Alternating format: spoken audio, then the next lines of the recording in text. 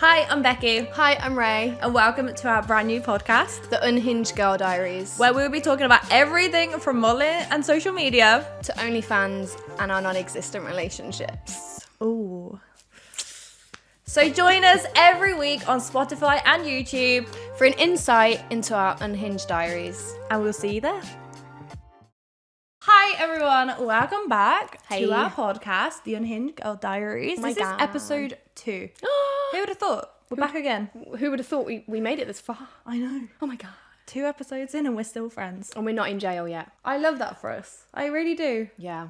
I'm excited to dive into this episode. What is it about? So we're going to talk about modelling and all goss and dirt and oh my God. It's going to be good. It's going to get really It's gonna juicy. be good. I'm scared of this episode. I feel I'm like, a little- we yeah. might get cancelled. Yeah. 2, we might have very angry messages from photographers that we've worked with in the past. And 3, Sorry in advance. I hope you guys are ready for the juice that is going to get spilt Oh my in this God. podcast because Yeah. this is going to be interesting. This is, there's a lot.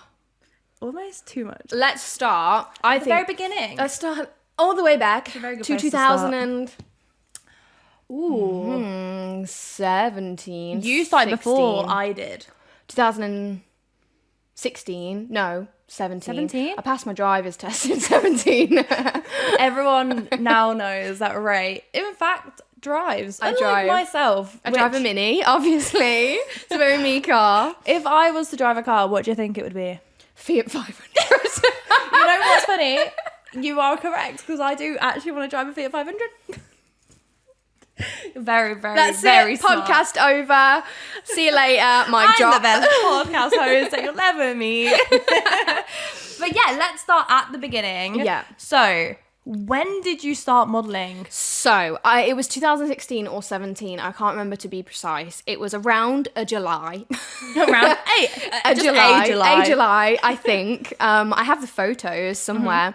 Yeah, we just did a little shoot around Birmingham. It was with a photographer called Luke Hayfield. I remember him. You yeah, know what? yeah. I want to say he was probably the biggest photographer in Birmingham He at was, the time. yeah, a lot of people were working with him. He was massive. Yeah, and he's in Manchester now. And you're I telling think. me he was the first photographer that you worked Yeah, with? so I messaged him because I wanted some promo for my music because I was just fresh out of college, I think. Or no, I was working, maybe I was at Laser Quest. And I was like, oh, I want to do my music. I want my EP. Let's get some EP shots and whatnot. So I did a little shoot with him. And we did a few little outfits around Birmingham.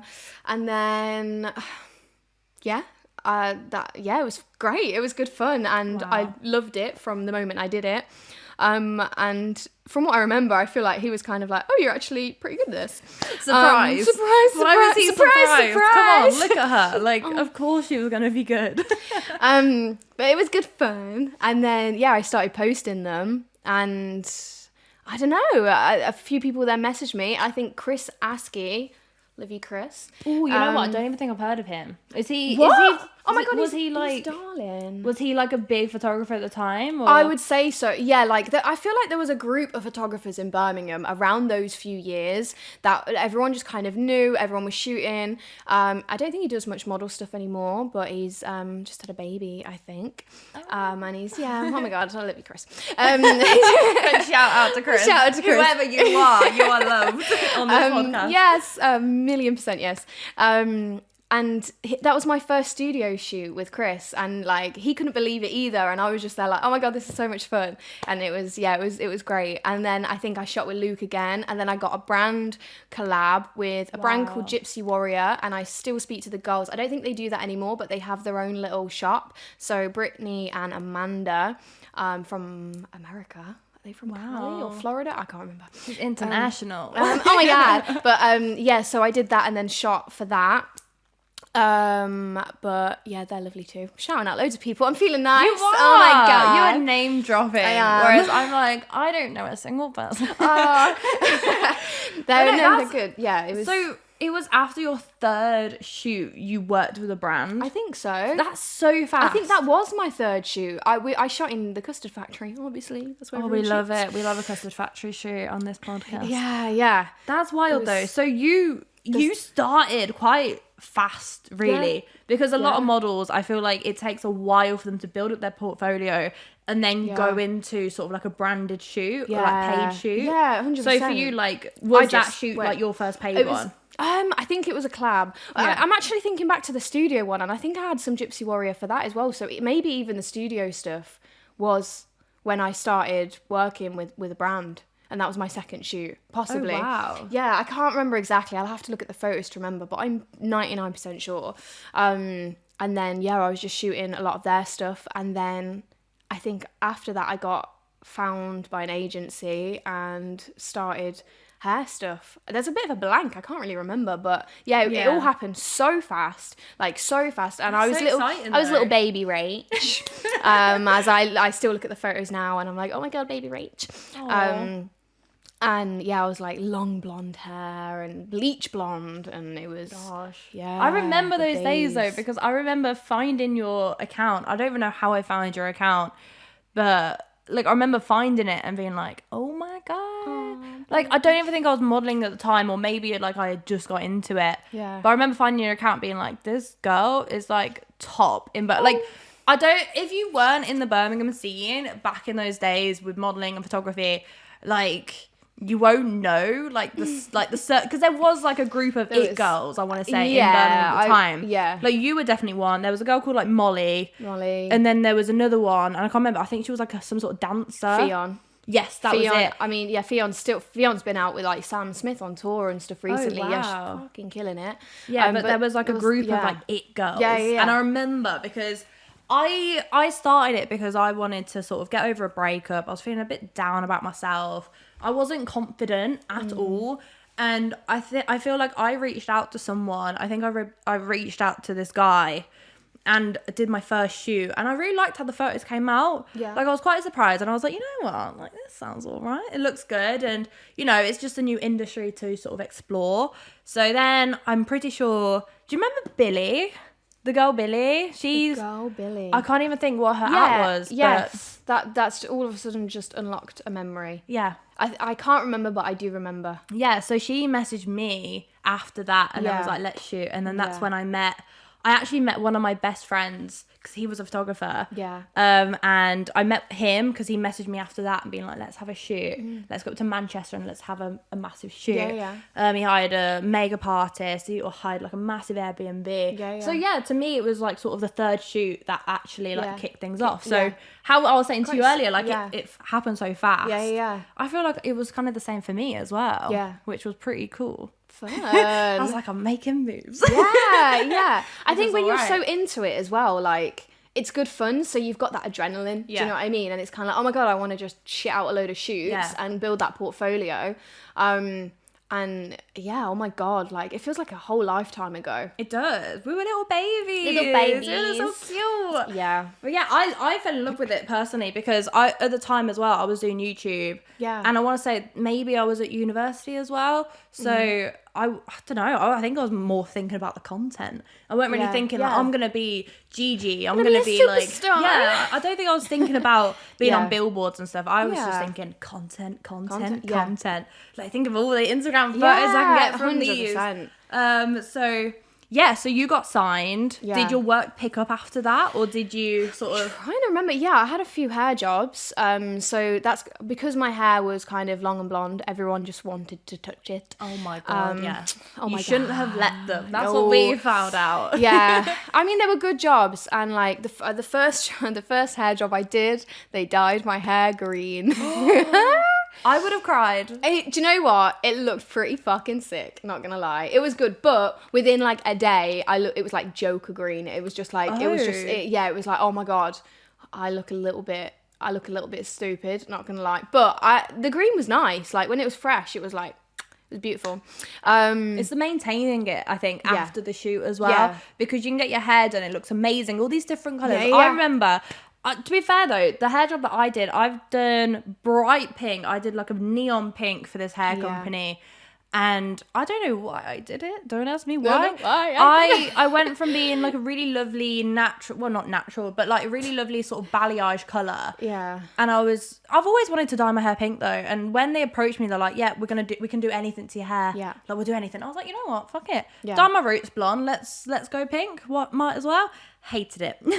After about 3 days, it was patchy, different pink patches. And it killed my hair. You have to live with the colours. Yeah. And I think that's the one thing, not necessarily that they don't realise, some hairdressers, they just don't give a shit. No. They don't care. You are the product at the end of the day, and you do have to remember that, and it's so shit, but like, the photos can come out incredible and it's great for your portfolio, but you have to like live with these colours on your hair. I remember doing a shoot a few years ago and like my hair was shorter and the colours that they put on my hair, I was like, okay, like the job was well paid and it was fun. It was a massive campaign. It was so good, but like I had to live with this colour. And I remember being at the train station and what did this guy do? I was getting a coffee, really innocent. I was just like there in my own world. And he was like, he said something along the lines of, did you choose those colours? Or something. It was something so like offensive. And it was just kind of like, so it was he basically turned around and was like, why the fuck do you look like that? And I was like, mate, I wanted to turn around and kind of go, I'm probably being paid more than like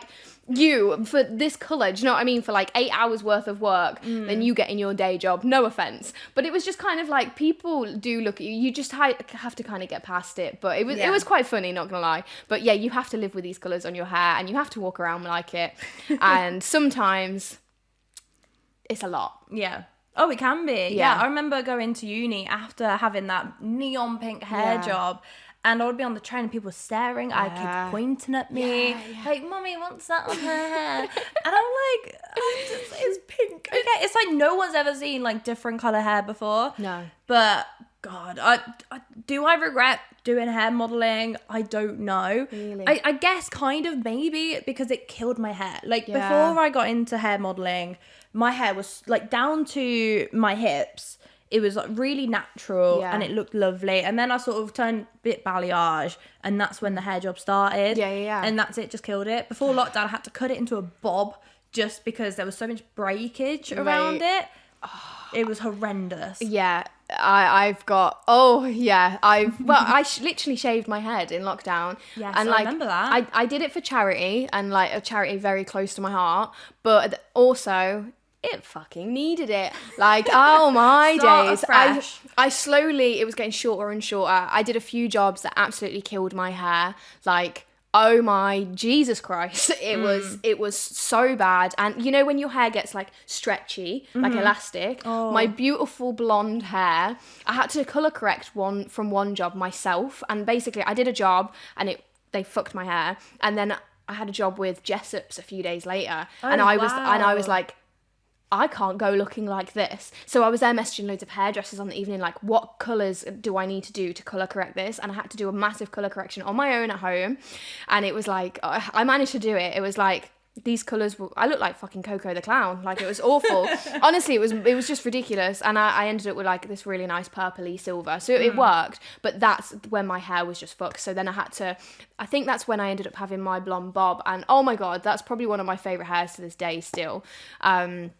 But I had to chop it all off because it was just... I remember when you shaved it off. Yeah. You shaved it off on live stream as well. I did. I thought that was so brave because that's something that fun.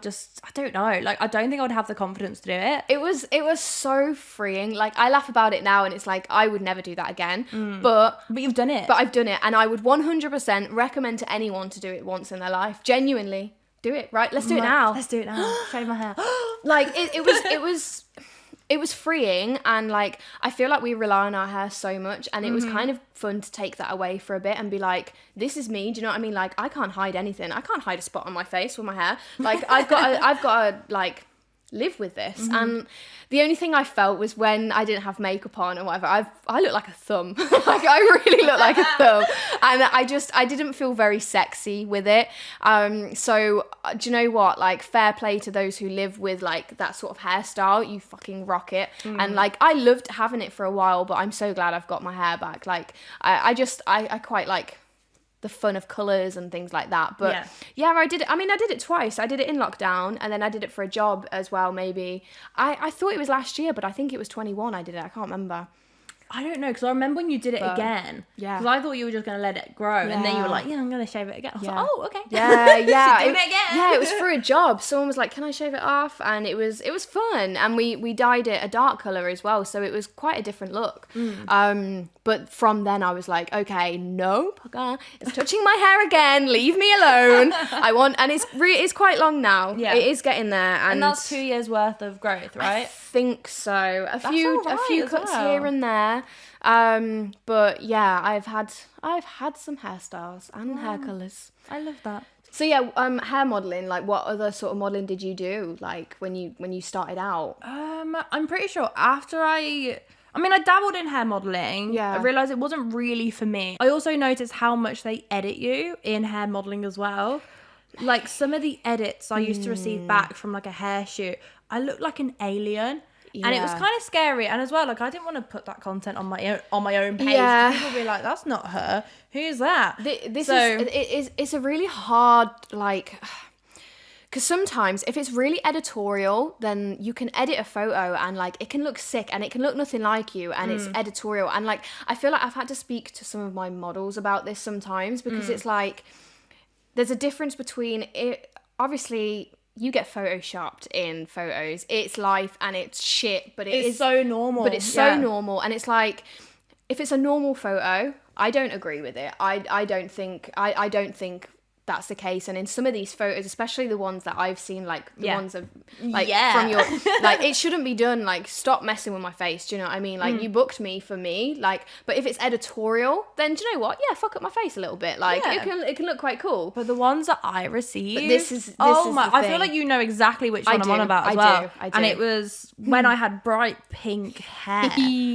and I looked at it. No, I think it was the one after that. can 'cause literally I did see I it. did 2 shoots with the same company. One was Yeah. when I went bright pink, and then the second one was when I went back to balayage. Yeah. And both of them were horrendous, but the Yeah. second one in particular, they tried to make me look so much skinnier Yeah. than what I was. Like It's at just the not time as okay. well, I wasn't curvy.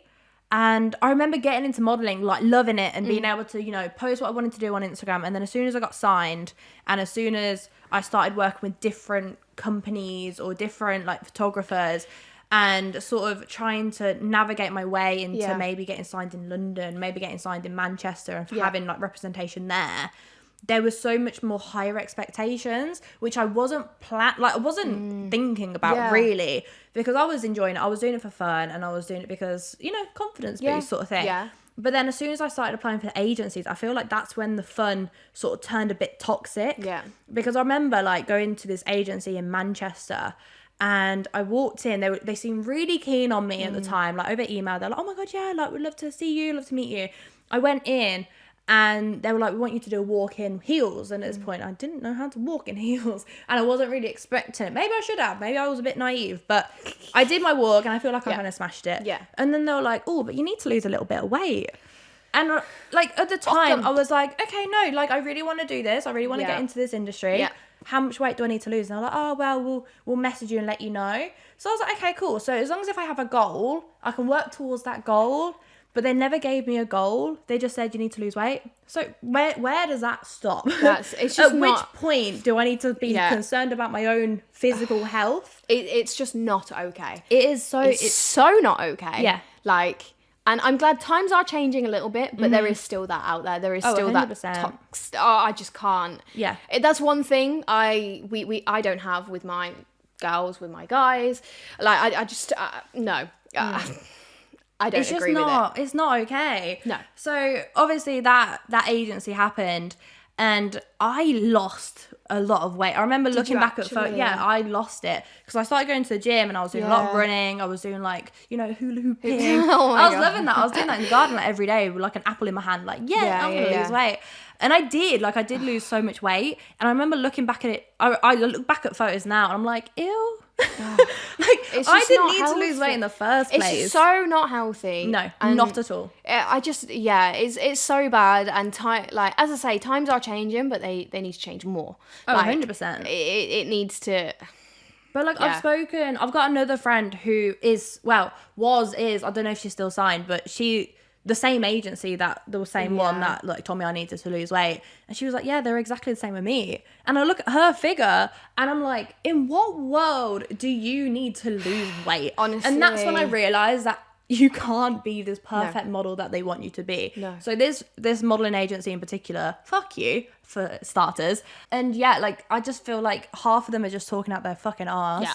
And yeah, that's it really. But then there was another agency that I wanted to meet up with in London. And it was like a big-ish agency. And I remember walking in, they seemed really keen on all my photos.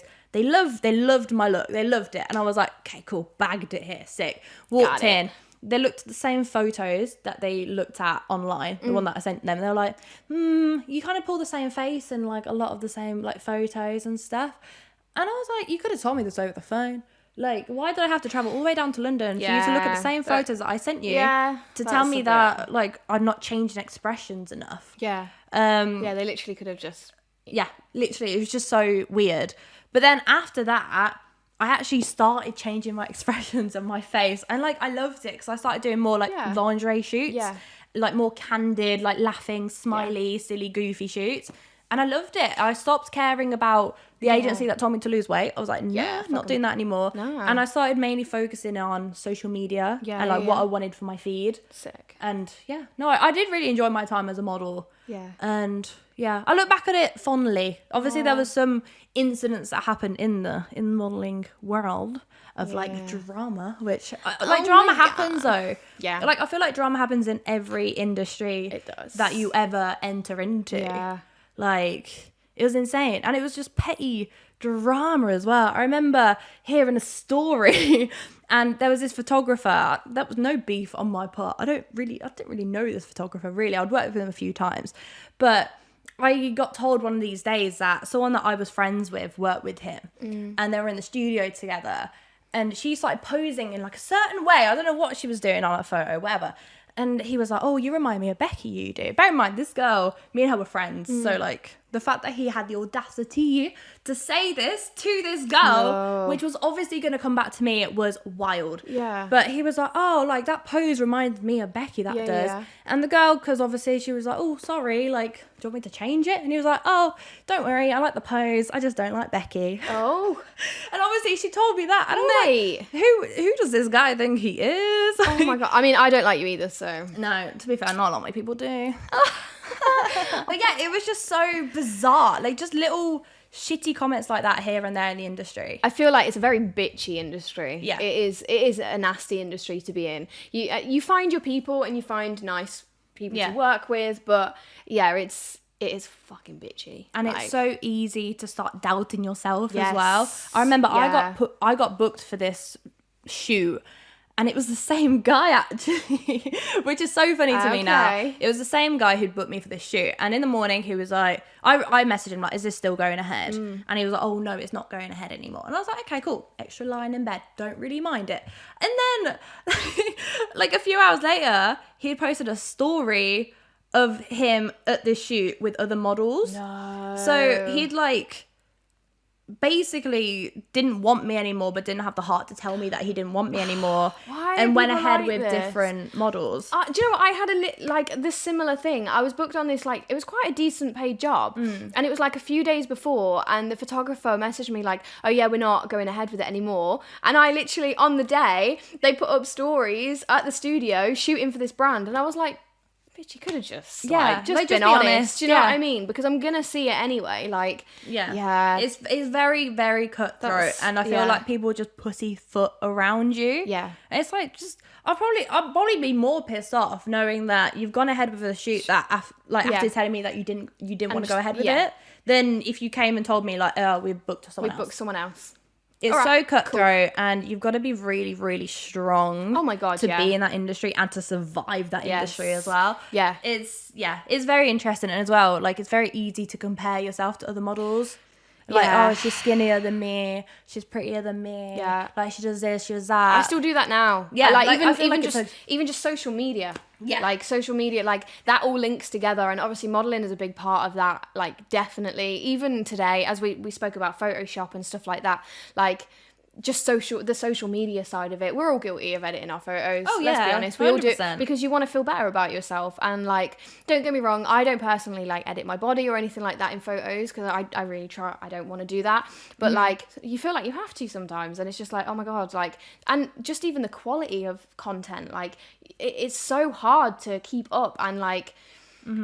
Because you just feel so shit, and like you do compare yourself to so many people, and yeah, it's definitely time to start like seeing the real side of people. Yeah. And I think, to be fair, that's why we've done this podcast as well. Yes, Like, of even course. like, obviously, like we're just chilling. So when did you decide to start doing your agency, and what made you start it as well? God, oh my god. When did I start this? A little bit before lockdown, I started it, and honestly, I kind of like doing things myself, and I think I was already getting a few people jobs here and there. I was helping out with a few older agencies I was with, and I was just kind of like, I can do this myself, and it will be fun for me to do, and I'm not going to be able to model forever, so I might as well have a business and something that I can like continue from life if I want to, if I choose to. Do you know what I mean? And there's always new faces. I can always grow it in a different way. Like, we're doing a bit more influencer stuff now because that's where life's heading. So there's always ways we can develop. But that's kind of why I set it up, and I like helping people. So I wanted You're to. a very helpful person. I try. You are. I try. But I like getting new faces and just getting them out there, and it's very wholesome if you do it right. Yeah. But yeah, I mean, I feel like a few people kind of say this. You can either be a profitable agency or an ethical agency. Oh. That's how I look at it. Yeah. And a few people have said that. And I personally, at the moment, we are still a small business, and like, we're working with some great clients. Don't get me wrong, like big brands, and it's insane. Yeah, because you worked with Gymshark as well recently, yeah, we worked with which is Gymshark. huge. Like, Gymshark is known all over the world. It was so much fun. We work with great clients, and it's great, but I would definitely say I'm more an ethical agency, and I really try and treat my models nice and look after them. We're honestly like a little family, and That's lovely though. I think that's how it needs to be. I didn't want models just on the agency, I didn't want them a list on a wall. Do you know what I mean? Yeah, you want that personal connection with each and every one of them. Yeah, and don't get me wrong, the more models we get, the harder it will be. But at the moment, I'm still trying my best to have a nice relationship with them and be there for them if they need advice. And a lot of agencies say that, but then it's still business. But yeah, it's still business, and you still have to be strict with some things. But yeah, I definitely feel like the more ethical side is. That's where my heart is at. I've done it from my heart. Yeah. Which is so important. I feel like that as well will just go so much further. Yeah. Because people will have that trust in you. Yeah. And know that you will have their best intentions. Yeah, 100%. Which I think is so important. Yeah. In an industry like modelling as well, where it can be so toxic and so cutthroat. Yeah. Like, some people just need to have a little bit more like sensitive sort of that hand on their shoulder to say like, you've got this, keep going. That's 100% it. And like, safety reasons and stuff as well, I'm always there for my models, and I as much as I can be, I really try hard to be. I just want to look after them. Do you know what I mean? I'm like a little mom. It's like a mama rage. Oh my god, mama jura. Because like, even when I was with your agency, which we'll get into, because I'm actually not with her agency anymore, bitch. No, how rude. No, but I'm actually. Do you know what? A part of me, not in a horrible way, a part of me is glad because we can be friends. We can be friends. We can be now. close friends. Yeah. Not that we couldn't before, but I think we spoke about this before. It's more work, more business, and it's hard to be friends when like I'm trying to get you work. Like, as we say, if we were to fall out over something, it can affect so many things, and then it would affect my income if I was still with you, and like it would just make things the whole. And there was no bad blood. Like, no, it was just a different route. It was just one of those things. Yeah, but yeah. Carry on. So when I was with your agency, obviously I felt that love, I felt that connection, because obviously there was a massive fucking group chat where you were always active, offering support and help, and you know, doing everything you can for the girls and me. And it was really nice. It was really nice. Yeah, nice vibes. It was lovely vibes. Yeah. But then I left. Yeah. I left. But it was nothing to do with you or it was just modelling in general. I think like lockdown hit And I think I just wanted to go more down the influencer route. Which a lot of people do now. A lot of people do, and it's so common that models now sort of turn their back on modeling because you're a product at the end of the day. Like, you're someone that's going to stand there and have have clothes hung off you as like a fucking coat Sometimes hanger. they don't even fit, and it's just you're the most important person on a shoot, but to everyone else you are the least important. Yeah. And you just get treated like a thing. So what made you actually like leave them? Was there anything in particular that made you go, obviously you do like influencer stuff, was there like a job you got, or? Well, you know what, it's like, actually no. I think I was thinking about it for a while. It wasn't just like I'm gonna leave modeling, but bye Rach, see you later, I don't want to be part of your agency. No, it wasn't anything really in particular. I was just thinking for a while, because obviously lockdown kicked in, modeling kind of came to a standstill because of COVID, obviously. And like, I just took influencing and content creating a bit more seriously in lockdown as well. And I just didn't want to model anymore. I don't think, like, there's something very annoying is when you go on a photo shoot, you get the photos back and you hate every single one, and you have this sudden self-loathing and you hate how you look, and you're constantly like, oh my God, I need to change this, I need to change that. And I just didn't like that anymore. I feel like when I started influencing instead, I had that complete power over how I looked. And I was able to see the entire process of taking my own photos, editing my own photos, and uploading my own content. So do you know what? I've heard that a lot. Like, people can take their own content now, and it's so easy to take your own content and edit. You don't even have to be necessarily good at like editing and stuff. Like, the technology these days, it makes it so easy for people to create.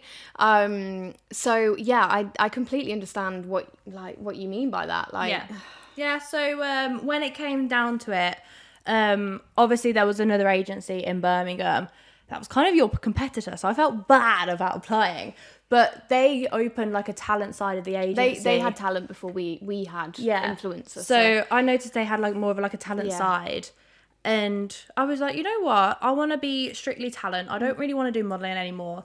I just want to focus on the talent side. And say in the future, if I'm like, oh, maybe I'd want to get back into modeling, then that opportunity was there with the same agency that I'm with now. So I just applied, and they were interested straight away. Like, I was really shocked, and I was like, oh, I wanted. And because they didn't have a Twitch streamer on their books, they were like, that's a market. That is a market we've like filled essentially. So signed the contracts and everything was done. And then obviously I had to message you. Being like, I have secured a contract with someone else. And I did feel bad because obviously, like, I was with your agency since the beginning almost. So I watched it grow. But like, there was no bad blood, do you know what I mean? And it was like, you were there for the start, and I appreciate you being there for the start. You did some fun jobs, and it was nice having you on it. But like, as I say now, it's quite nice not having you a part of it, because we can do this and it feels a little less worky, and I can support you. I'm not like, when is my next job? And I feel like that would just put pressure on you, and it would have like a weird dynamic to a friendship, I feel. No, definitely. So, and it's nice to see you grow, like, with the agency. Like, that you're doing great work, and like, you've got obviously an insane following now, and it's like, I'm proud of you. So it has grown. Thank you, babe. It's okay. But it has grown, and they've got me like some amazing jobs. I remember I had like 700 followers on Twitch, and they got me to work with Razor, for God's sake. And I was like, how on earth did they manage that? So it was probably the best thing I've ever done. But again, I was still able to watch you and like your agency, like your TikTok started going viral, like promoting your agency, and I was so happy for you. And I just feel like it was just a really grown up, like, just separation.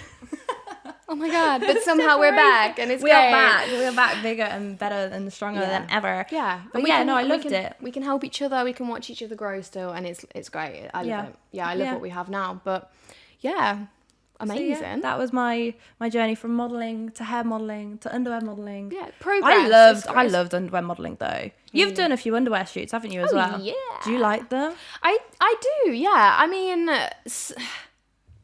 depends who you work with, I think. Like, some people I don't know, not in like a negative way. I feel like some photographers will look at you and kind of help you pose in a way. It's hard to explain. It's hard to explain. More provocative, do you think? Or I feel like some photographers might look at you more in that way, but some photographers can help you look in a way like they'll make sure you don't look fat. And like, I know it sounds stupid, but do you know what I mean? Like some photographers won't necessarily look at it like that. And when you get the photos back, you're a bit like, oh, if I had just moved my body a little bit. So I feel like, photographers look at them differently sometimes, the photos. Yeah. But I do enjoy it. But again, I do quite like also taking my own photos now. So I love think it. It's so much better. Yeah. So much better. But you also, I definitely felt this at the time, but with underwear modelling, you have to be so careful who you work with. Yes. Because there is a lot of weirdos out there who are like, I'm a photographer, I can take your photo. Yeah. And it's like, they've never taken a photo in their entire life. And then it's like, oh my God, you're getting preyed upon by these weird men with shitty little iPhone cameras, and it can get so dangerous. Yeah, exactly. Yeah. It can get so dangerous. So it is definitely something that if you guys are looking into getting into modelling, please be careful.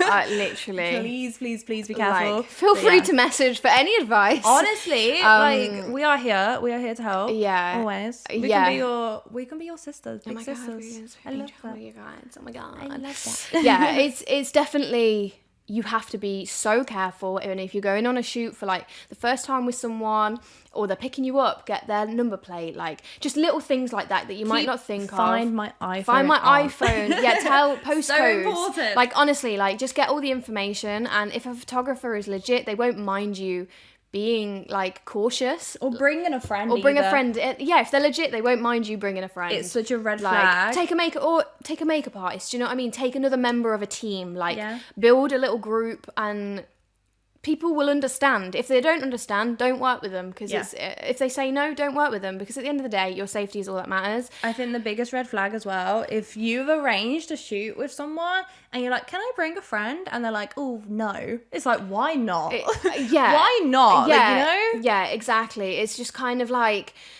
I mean, it's one of those, with a friend, maybe it's kind of a bit more of like a professional sort of thing, but like, that's why definitely another maybe part of the team might work better, just because then if they say no to that, then there's a definite no. Like some people might look at friends, I guess, and kind of be a bit like, oh, they might be unprofessional. But at the end of the day, if they're saying no to someone coming on the job, it is just a red flag, really, because it's kind of like, well, why not?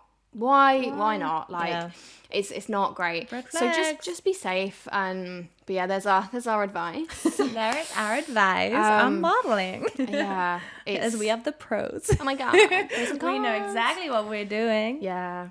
So do you feel, well, to be fair, I feel like this stems from how I used to see you on social media. I used to feel quite intimidated, because I was like, this girl is like so pretty. She's clearly very, very good at what she does. Like I'm so shy. I'm gonna be so nervous around her. Do you get that a lot? Do you get a lot of people come to you and say like, oh, I was a bit intimidated, but like, to meet you? Like, it's actually a little bit weird. Like, so I had a photo studio up until like last year, and I used to hold like events and things like that, and I used to have photographers come in and be like, at these group events, I had a few just kind of come up to me like, I was quite like intimidated to like message you or like speak to you before we spoke, and I've been nervous to like talk to you.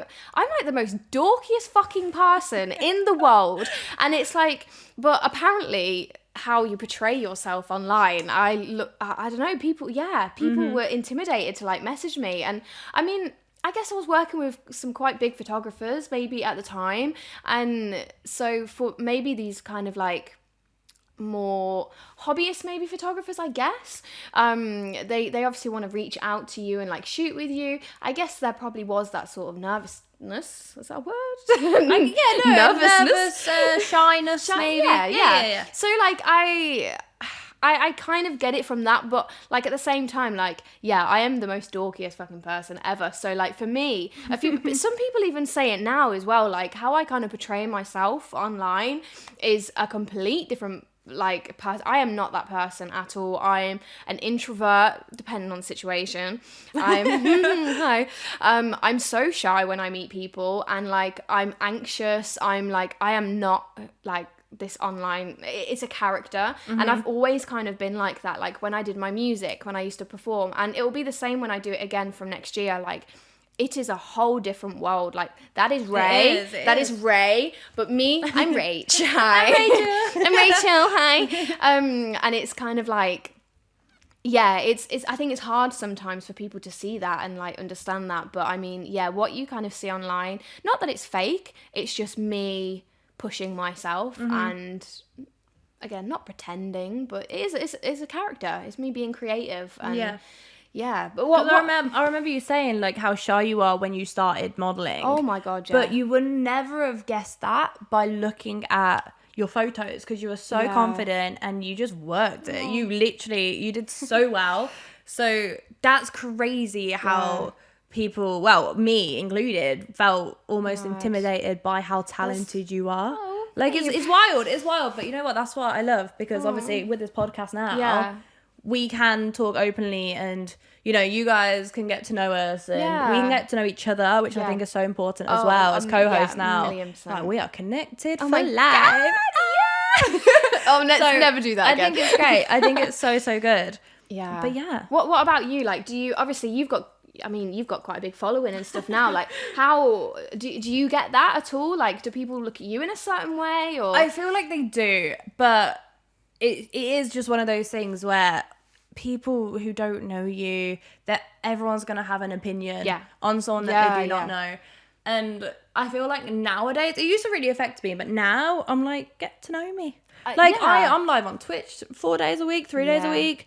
Like, there's a lot of opportunities that people can, you know, go through to get to know me as a person. So if you think I'm a bitch, or you think I'm stuck up, you think I have a massive ego, true. But joking. But like, you have all the tools to get to know me. So if you think that straight away, then that's on you. That's not on me. Yeah. Like, you know. Don't judge a book by its cover. Hell yeah. And I feel like we'll go so much into that when we have our OnlyFans episode. Oh my God, because I feel like there's a lot of stigma around OnlyFans girls, and you know, everything along those lines. We can go proper into detail about the sort of perception like people can have. But yeah, that'll be a really, really interesting episode. So can't wait to film that. Oh my God, Oh my God. So yeah, I feel like that's pretty much everything really we have to say about modelling. Yeah. Is there anything else? Any final thoughts? Or? I just don't really know, to be honest. I just don't really know. But yeah, I think that's pretty much everything for this episode. Hope you guys did enjoy it. And if you have any sort of questions. Yeah, I mean, we can always do another like modelling one as well. I'm sure there's so much more we could probably talk about. But I mean... Oh God, yeah. Like, if you have any questions, like, message us, and we could probably do a little Q&A as well. As I said, I used to do like the model coaching and stuff like that. You did. So like that felt like a lifetime ago. Yeah, that's wild. Honestly, and I mean, I still obviously help people now, but like, if anyone has any questions, like, message us, and we'll be happy to do another one. Do you know what I mean? Oh, 100%. I'm so down for that. Yeah. So yeah, no, honestly, I've loved this episode. I feel like it's been so interesting to get your take. Because obviously with the agency, like, you're on a different sort of side of what I was when I was modelling anyway. So it's been interesting to talk about it though, a bit more candidly. But yeah, 100%. If you guys have any questions, any thoughts, just anything you want to say about the modelling industry in general, let us know. Yeah, like, honestly, write a comment, send us some DMs. We would love to hear from you. And yeah, maybe there'll be another episode.